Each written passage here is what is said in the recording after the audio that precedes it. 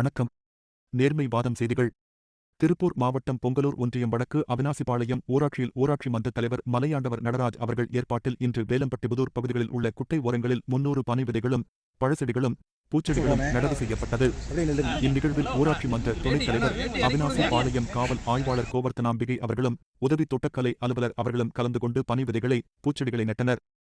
செடிகளை நடவு செய்தபின் ஊராட்சி மன்ற தலைவர் பொதுமக்களின் ஒத்துழைப்பு இருந்தால் மட்டுமே நடவு செய்யப்பட்ட செடிகளை பாதுகாத்து பராமரிக்க முடியும். தொடர்ந்து பொதுமக்கள் ஒத்துழைப்பு தர வேண்டும் என கேட்டுக்கொண்டார்.